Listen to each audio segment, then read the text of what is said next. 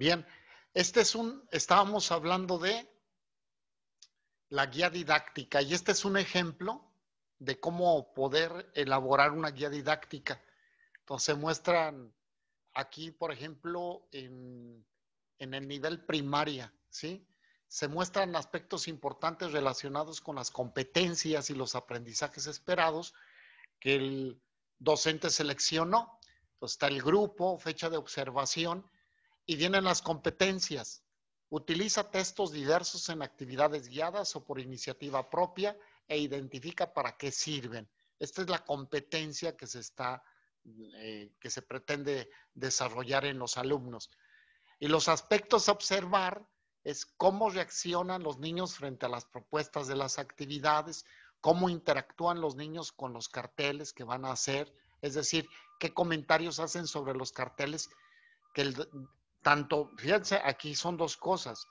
Hay una tarea para los alumnos y una tarea para el docente. El docente va a utilizar unos carteles para darles la información y entonces esto es ver cómo los alumnos también reaccionan ante esto, ¿no? Y el que les va a proponer a elaborar. Por ejemplo, dicen que nunca han visto carteles o que habían visto X en algún lugar. Dicen que habían visto expuesto o anunciado en otros tipos de carteles. Todo esto lo va a registrar el docente. Y las referencias al lenguaje escrito es que hacen los niños en la elaboración tanto de la elaboración como en la observación, ¿sí? Porque dije que van a elaborar ellos también carteles en relación a lo que pretende el docente, pero también en relación a lo que se les va presentando. Entonces, ¿qué hacen? ¿Sí? ¿Qué es lo que en un momento dado están representando los alumnos tanto en sus carteles como en lo que están, en la expresión de lo que están observando? Y los aprendizajes esperados los tiene que definir. Explora diversidad de textos informativos, literarios y descriptivos y conversa sobre el tipo de información que contienen, partiendo de lo que ve o de lo que se supone. Solicita o selecciona textos de acuerdo con sus intereses y o propósitos lectores, ¿no? Los usa en actividades guiadas y por iniciativa propia. Y aquí viene el registro del docente. Este es un formato que les puede servir luego para la comprensión cuando escuchen de la guía didáctica, cómo se elabora un registro. Pues esto es. El registro anecdótico. Estamos viendo tipos de registro. Es un informe que describe hechos, sucesos o situaciones concretas que se consideran importantes para el alumno o grupo y da cuenta de sus comportamientos, actitudes, intereses o procedimientos.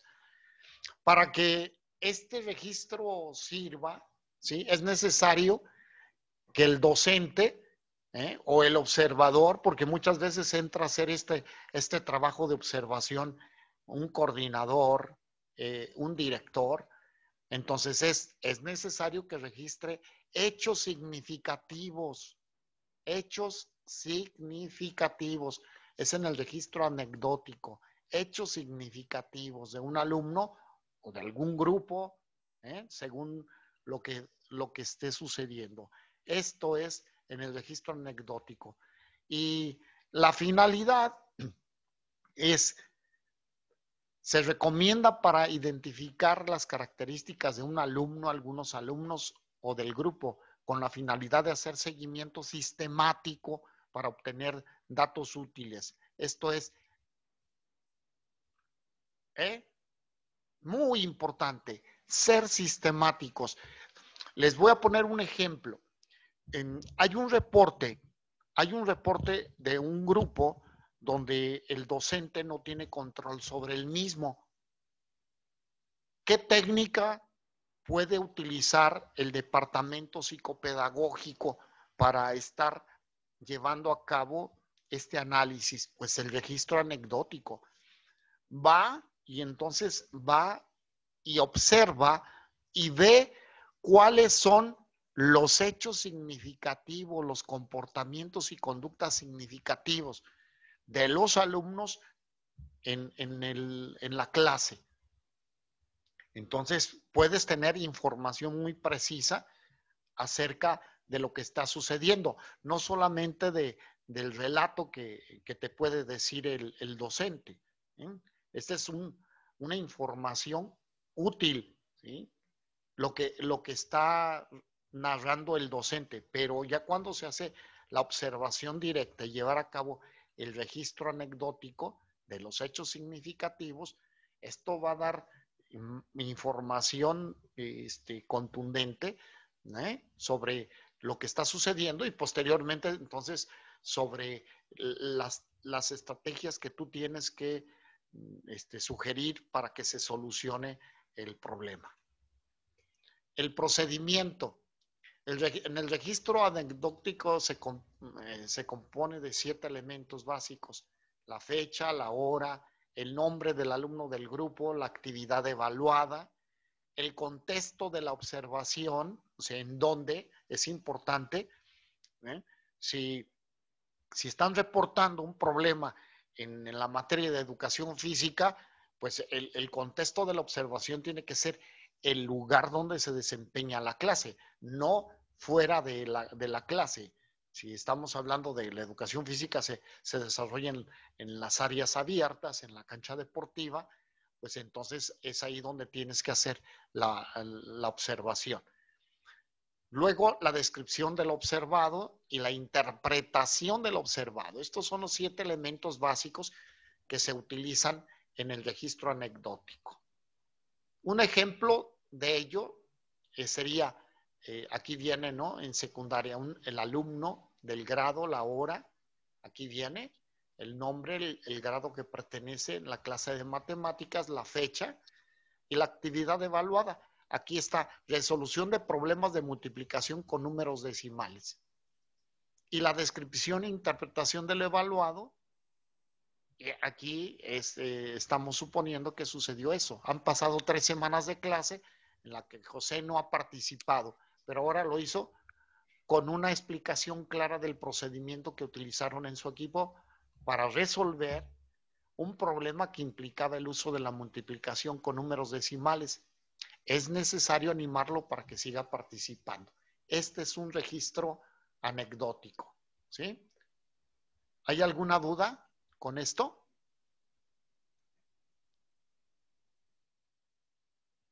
Andrés, No, profe. ¿vamos bien, Andrés? Está muy sencillo todo esto, ¿sí? Sí, todo bien.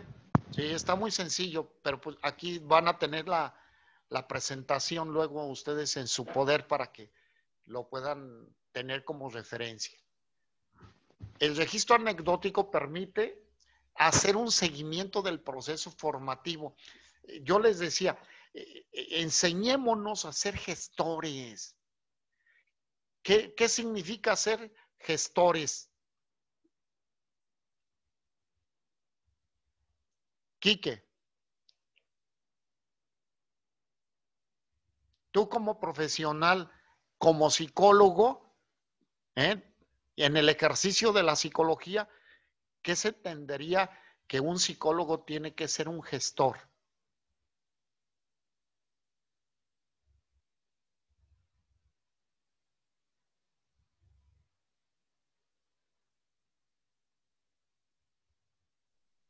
Perdón, profe. A ver, tú como psicólogo estás Ajá. dentro de una institución educativa. ¿Cuál sería una descripción tuya como psicólogo para definir o para describir el término de gestor? El psicólogo es un gestor. ¿Por qué? ¿En qué? O sea, ¿en qué se distingue? ¿Qué debería de hacer? ¿Qué debería de tener? Porque dirige a los alumnos, bueno, les da así como, sería como su profesor, pues. Por ejemplo, ¿qué pudiera gestionar un psicólogo en una escuela, en una institución educativa? Por ejemplo, a los alumnos, pues no sé si van, por qué van mal en sus calificaciones o Ah, así. entonces gestiona dificultades en un área del aprendizaje, en un área cognitiva, ¿sí? Ujú. ¿Y cómo haría esa gestión? ¿Cómo la llevaría a cabo? Pues aplicándole pruebas porque, no sé, por qué va bajo de calificación o... Bueno, eso es para tener el diagnóstico, pero mira, aquí ya te puse. ¿Qué dice aquí arriba? El registro anecdótico, en la parte de mero arriba, ¿qué dice? Hacer un seguimiento. hacer un seguimiento. Ese es gestionar, hacer el seguimiento de lo que se adolece mucho en profesionistas, ¿eh? No hablo nada más psicólogos, sino en profesionistas, es que no son gestores, no gestionan, no dan seguimiento. Porque uno puede hacer un diagnóstico, sí, de un alumno o de un grupo y determinar las causas por el cual está yendo con problemas de aprendizaje o problemas de integración, problemas disciplinarios, etcétera. Bien, ya lo tienes, pero luego, ¿qué creen? Que lo dejamos en el papel y nos olvidamos. Y yo les insisto a los psicólogos y pedagogos que están ahí, deben de ser gestores, o sea, darle seguimiento hasta que termine el proceso. Ustedes encuentran en el diagnóstico que hay un niño, un alumno, ¿eh? Que tiene un problema serio de aprendizaje y tienen sospecha de que hay una lesión en su cerebro. Entonces, pues ya nomás le indican, oh, pues llévelo con el neurólogo, ¿no? Con el neurólogo pediatra, ¿eh? Y le dan todas las indicaciones, pero luego ya no piden resultados. Esa es parte de la gestión que hay que hacer. Pido resultados, le doy seguimiento, se le está llevando a la visita, pido reporte al neurólogo. Los neurólogos dan su reporte a las instituciones educativas. Tienen formatos para darle seguimiento. De hecho, hasta ellos envían formatos para que el docente, para que el tutor llene un formulario para él determinar entonces cómo puede dosificar el medicamento. Fíjate cómo es el trabajo transversal. Pero esto es hacer realmente una gestión, un seguimiento, ¿no? Entonces, esto es lo que nos permite en el registro anecdótico, darnos cuenta de lo que sucede, de hechos importantes, pero también para dar un seguimiento. Y este es un ejemplo del registro anecdótico o de la tutoría. Ejemplo, aquí viene, ¿no? La fecha, el contexto, se describe conflicto de cumplimiento de acuerdos en el trabajo escolar en un equipo. El ámbito, convivencia en el aula y en la escuela. Descripción del acto, ¿no? Entonces aquí ya viene descrito qué sucedió. Habla que en un equipo de trabajo, Rosalía, Jesús, Berta y Eduardo no presentaron su investigación debido a que Berta realizó el trabajo que le fue asignado y se queja del incumplimiento de sus compañeros. Rosalía no concluyó las tareas asignadas, al igual que Jesús y Eduardo no pudo trabajar porque se enfermó. Entonces el incidente provocó esto que ellos se quejaran, sobre todo hablo de Rosalía, entonces dice, oye, pues yo de Rosalía, perdón, de Berta, dice, oye, maestro, cámbiame de equipo, yo no quiero trabajar con ellos porque no cumplen. Entonces se hace la interpretación de los hechos y se les lleva a una reflexión al grupo, a ese equipo que no cumplió con la tarea, para que revisen cuál fue el contexto en el que se suscitó la situación, qué actitudes o comportamientos adoptaron los integrantes, qué otras posturas podrían haber adoptado los integrantes del equipo, qué consideran que se pudo haber hecho para evitar esta situación, qué se debe hacer para los próximos trabajos en equipo. Se les lleva no solamente en el registro de los hechos, sino que se les lleva a una reflexión para construir, la finalidad es construir acuerdos, llegar a resolución de un conflicto, para que lleven a cabo bien un trabajo colaborativo, porque ellos, aunque tú los cambies y que la solución sería, pues los dirijo, ¿no? A Berta, que es chambeadora, pues la mando a otro. Y a estos los mando, los voy a dividir y a cada uno los mando a otro equipo. Se van a integrar a otro equipo de trabajo y no va a haber una mejora. Van a poder repetirse seguramente las conductas, las actitudes. Entonces, lo importante es que a través de la tutoría en el registro anecdótico los lleven a esta reflexión. Y al final, este registro, este formato ya hecho, incorporarlo a que llamamos, vamos adelante, vamos a conocer a qué se refiere con el portafolio. El portafolio de evidencias. Siempre hay que tener evidencias de lo que se está realizando. Así, cuando tú le llames al tutor del departamento, tú dices, departamento psicopedagógico, yo quiero ver cómo está llevando a cabo la tutoría tal docente, pues entonces le voy a pedir su portafolio de evidencias. ¿Qué es lo que ha realizado? No me lo puede nada más contar. No, yo sí trabajé, yo hablé con ellos. ¿Y dónde quedaron? ¿Dónde quedaron acuerdos? ¿Dónde quedaron la dinámica que tú utilizaste para el registro del conflicto que se suscitó y luego a dónde los llevaste para la solución de lo mismo? ¿Sí, sí está bien, Brenda?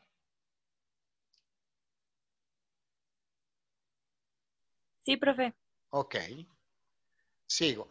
El diario de clase es otro registro.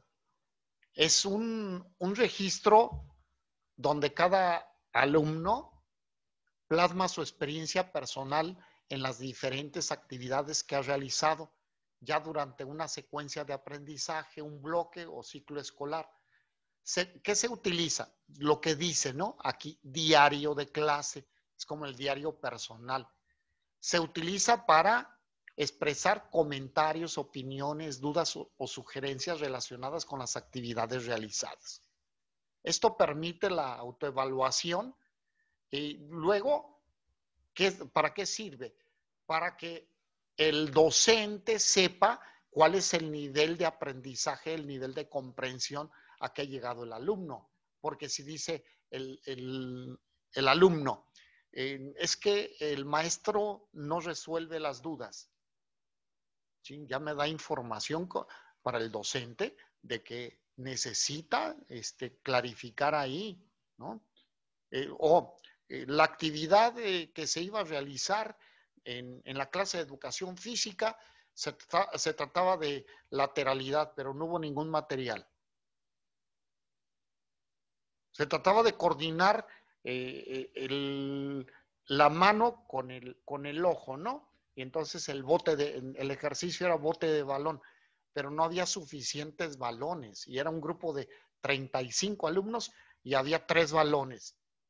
Entonces se necesita a partir del comentario del alumno, nosotros tener la información para luego ver cuáles son las áreas que tenemos que modificar, ¿no? Que mejorar. Se deben de considerar los siguientes elementos. Definir la periodicidad del diario, o sea, por cuánto tiempo se llevará a cabo o con qué propósito. Si se va a llevar durante la semana después de los exámenes, si se va a llevar cada semestre, cada fin de cuatrimestre, etcétera. Luego, seleccionar qué incluirá el diario, cómo y para qué. Realizar un seguimiento de los diarios de los alumnos, alumnas y propiciar la reflexión entre ellos, ¿no? Entre pares y docente-alumno acerca del contenido del diario. Esta es una reflexión que se debe de llevar a cabo. Y este es un ejemplo. ¿Qué aprendí hoy? ¿Qué me gustó más y por qué? ¿Qué fue lo más difícil? Si lo hubiera hecho de otra manera, ¿cómo sería? ¿Qué dudas tengo de lo que aprendí qué me falta por aprender acerca del tema y cómo lo puedo hacer. Este es un formato que lógico puede cambiar las preguntas de acuerdo al nivel y de acuerdo a lo que se pretende registrar. Esta es otro registro, las escalas de actitudes. La finalidad es una lista de enunciados o frases seleccionadas para medir una actitud personal, disposición positiva, negativa o neutral ante otras personas, objetos o situaciones. Entonces, la finalidad es esto, ver que la actitud personal, medimos actitudes, sí, nosotros vamos a definir las actitudes con un listado que va describiendo las actitudes del alumno, de la persona. Porque, ¿qué creen? Aunque esto yo les he dicho, es técnicas de evaluación en la educación, se puede transportar a otras áreas de trabajo. En una empresa se puede hacer perfectamente, o sea, se pueden aplicar unas técnicas de registro en otros ámbitos. Y el procedimiento es, pues se tiene que definir la actitud que se evalúa y hay que definirla operacionalmente, describirla. Elaborar enunciados que indiquen diversos aspectos de la actitud en sentido positivo, negativo, intermedio. Los enunciados deben facilitar respuestas relacionadas con la actitud medida. Utilizar criterios de la escala tipo Likert, que es una escala de evaluación, donde se hace con estos criterios, ¿no? Si la persona sobre lo que se dice está totalmente de acuerdo, parcialmente de acuerdo, ni de acuerdo ni en desacuerdo, o parcialmente en desacuerdo. El PD, aquí está, ¿no? Y totalmente en desacuerdo, el TD. Entonces son las siglas que describen la escala Likert y que se utiliza también mucho en los ámbitos educativos. Y yo digo, esto también se puede trasladar a otros ámbitos. Y este es un ejemplo, interacción en el aula, ¿no? Y aquí viene entonces para que se les entregue a los alumnos, y entonces cada uno lo contesta, dice, comparto mis materiales con compañeros que no los tienen. Totalmente de acuerdo, parcialmente de acuerdo, ni en desacuerdo, parcialmente en desacuerdo, totalmente en desacuerdo. Entonces, lo van llenando y luego de esto yo puedo hacer un registro. ¿Lo podré cuantificar? Pregunto, Pau. Una vez que ya tenga todos estos datos, ¿los podré cuantificar para sacar una estadística? Sí, profe. Sí, Completamente, porque aquí voy a ver cuántos estuvieron totalmente de acuerdo en este ítem, ¿no? Ujú. Y cuántos estuvieron en este, y cuántos estuvieron en este. Y saco entonces la frecuencia de datos y lo puedo traducir y luego, no nada más en números estadísticos, sino también en gráficos, ¿no? En gráficos para qué ver la interacción en el aula, cómo sucede la interacción en el aula. Ya lo tengo descrito ahí. Puedo sacar porcentajes en relación al ítem 1. Puedo decir, si fue el 80% que sí comparte, ¿no? Completamente de acuerdo, entonces puedo decir y puedo interpretar de qué manera. ¿Cómo lo haría? ¿Cómo lo haría para describirlo verbalmente, Andrés? ¿Qué diría? Si el 80% sí comparten sus materiales, ¿cómo vendría la redacción del informe? Mm,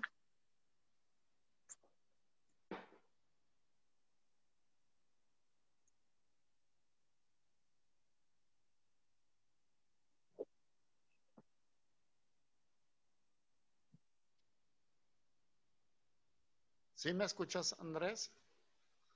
¿No me escucha Andrés? Brenda,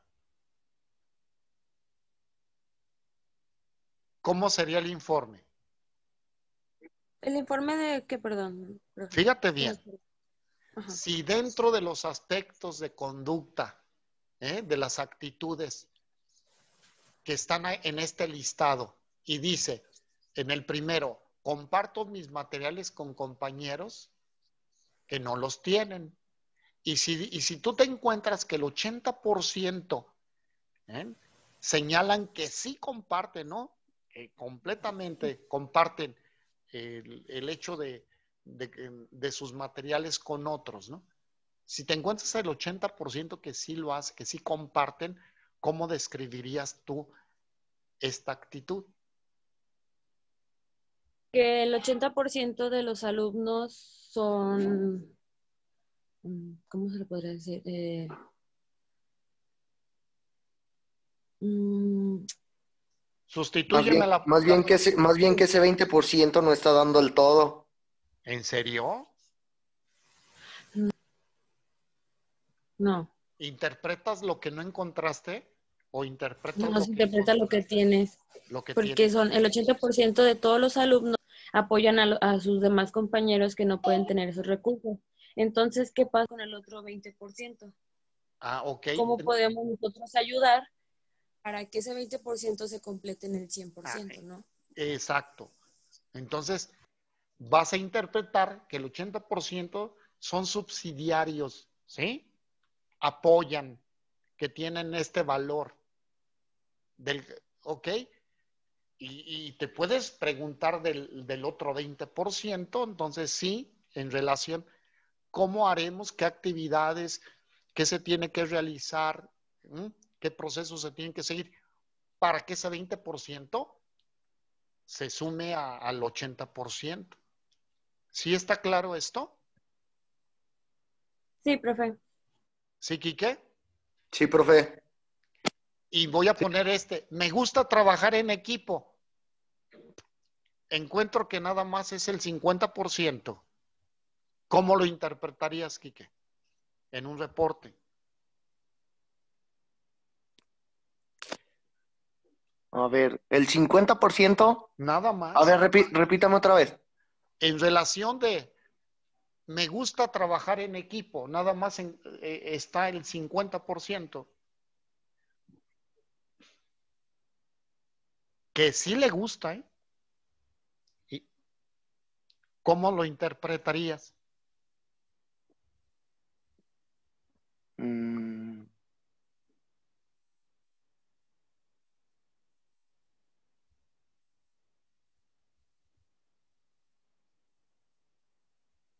Podría ser, profe, este, al, al 50% de los alumnos tienen habilidades para trabajar en equipo y podríamos agregar, por ejemplo, facilidad de, mm, tienen buena comunicación, se adaptan fácilmente, Sí. pero sin agregar Les gusta el otro. trabajo colaborativo, etcétera, ¿no? Sí, Ujú. así es. Y lo que decía Quique. Y por otra parte, ¿qué estrategias, va? Ya en tu reporte, sí, ya finales, se pueden realizar para que el otro 50 se interese en este trabajo colaborativo, ¿no? Y como pues decíamos, ¿sí? se podría agarrar, no sé, a los líderes del salón ¿Alguna estrategia, sí? ajá, para que ya cooperen todos y Para, sería integ para integrarlos, ¿verdad? ujú. Sí, sí, sí. Pero ven cómo es de mucha utilidad el tener formatos bien estructurados para luego encontrar nosotros los caminos que puedan llevarnos a no nada más a una interpretación del que yo lo pienso y yo lo siento. No, estás hablando de un instrumento que está midiendo algo y que te está dando información interesante. Y los organizadores gráficos es otra área, ¿no? La representación visual que comunica una estructura lógica del contenido. Dentro de estos organizadores gráficos, nos pueden ayudar tanto en el proceso para poder enseñar como para poder evaluar. Entre estos organizadores gráficos más usados están los cuadros sinópticos, los mapas conceptuales, los cuadros de doble entrada, los diagramas de árbol y las redes semánticas. O sea, tenemos nosotros estos elementos que pueden servirnos con doble propósito, el poder enseñar y el poder evaluar. En un examen se vale que se diga, desarrolla un mapa conceptual acerca de lo que es medición y evaluación.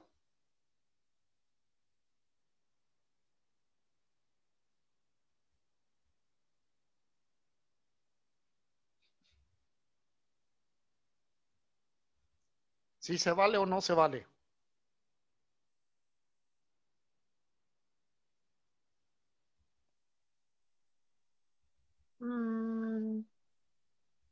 Yo creo que sí, ¿no, profe? Pero sería demasiado extenso, ¿no? Sí. Sí, en cambio, fíjate bien, algo más viable y que se puede pedir. Hazme un mapa conceptual acerca de los organizadores gráficos que se utilizan en la evaluación educativa. Pues sí, sería más fácil y menos complejo. Pues en un examen, ¿sí? Sería estarte pidiendo esto, ¿verdad? Esto que está aquí plasmado. Desarróllame estos aspectos y ya. Pero el universo, el otro, pues sería tanto como en una materia sobre psicoterapia, ¿no? Yo te digo, hazme un mapa conceptual, así te lo pido, acerca de la psicoterapia. Y pues cuántas escuelas y cuántas corrientes hay, pues no. Y te lo digo, y me lo vas a hacer en una cuartilla. Te voy a pedir una hoja, ¿cómo le llaman esas hojas que son tan extensas? Así. ¿Rotafolios? Rotafolios, pero los voy a pegar en toda tu casa, ¿no? Para poder llevar a cabo esa tarea. Y no, estaría mal diseñado ese examen. La finalidad de los organizadores gráficos es, como instrumentos de evaluación, permiten identificar los aspectos que los alumnos consideran relevantes de un contenido y la forma en que pues ellos van organizando su pensamiento, sus ideas y cómo lo van plasmando y cómo lo van relacionando, ¿no? Ustedes ya saben estos procedimientos que se utilizan para la realización de los mismos, ¿no? El cuadro sinóptico, aquí tenemos, ¿no? El cuadro sinóptico, ustedes ya saben que se utilizan llaves, ¿no? Se utiliza el tema central y de ahí se desprenden llaves donde van desglosando los temas más importantes y después otras llaves donde desglosan aspectos contenidos de los mismos. Entonces se hace, ustedes desde, ¿cuándo les enseñaron a ustedes los cuadros sinópticos? ¿Desde qué grado? Como en cuarto o quinto. ¿Sí, no? Desde Sí. entonces. ¿Y los mapas conceptuales? Yo creo que también, profe, en cuarto o en Como para quinto. el quinto, sexto, ¿no? Ya. Y ya saben las técnicas, ¿no? Cómo se van realizando, cómo se van ubicando el tema principal y cómo se van desarrollando en el mapa conceptual, cómo se van desarrollando los conceptos y las palabras de enlace que se utilizan para relacionar, ¿no? Para relacionar el tema y el uso de las líneas o flechas donde se van desprendiendo y se van relacionando los conceptos que se están tratando de un X tema. Por ejemplo, ¿qué se pudiera desprender de un tema acerca de desarrollo según la teoría de Piaget? las etapas de desarrollo. Ese es mi tema principal. ¿Y cuáles serían las que vendrían hacia abajo desarrollando ese mapa conceptual? ¿Qué vendría ahí? Vendrían las etapas Las, que eta- viene. las etapas, cuáles serían sensorio motor, etcétera, ¿no? Hasta llegar al de las operaciones formales. Entonces, ya la tenemos y luego debajo de la sensorio motor tenemos que describir las características más importantes. ¿Estamos de acuerdo? Sí. Bueno, pues es así de sencillo. Nos quedan 3 minutos. Vienen aquí, ¿no? El portafolio. ¿Ustedes habían escuchado del portafolio? Bueno, No, profe. es un ¿Es el concepto. portafolio de evidencias? Sí, Ah, ya. visualícenlo así como si fuera un portafolio, donde vienen todas las evidencias, pero las evidencias que sí son importantes para construir, ¿m? Para construir luego que una observación objetiva del trabajo y los aprendizajes de los alumnos a lo largo de un periodo. No se van a poner todas las actividades, sino las relevantes, las que son importantes y me dan la información, en este caso, la información al docente de lo más importante que se logró dentro de un bimestre, ¿m? O del semestre o del año. Es una herramienta aquí muy importante que nos da posibilidad para que los alumnos también se autoevalúen y evalúen a sus compañeros. Entonces, aquí se los tengo. Y de cada uno de ellos les tengo los ejemplos, ¿eh? Los ejemplos. Aquí les tengo la rúbrica, etcétera, porque ya se nos va a acabar el tiempo. Aquí viene lo del examen. El examen van a ser con las presentaciones de los días 8, 15, 22, 29 de octubre y 5 de noviembre. ¿Sí, Pao y Brenda? Sí, profe.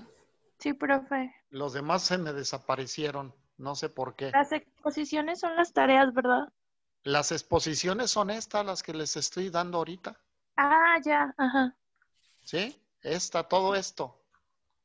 Por eso se los subo cada clase, cuando terminan luego, en la plataforma, ahí encuentran todas. ¿Sí estamos? Sí, profe. Bueno, Sí, profe. ok. Cuídense mucho. ¿Eh? Nos vemos Gracias, luego en profe. el examen. Hasta luego. Sí, gracias, profe. Bye.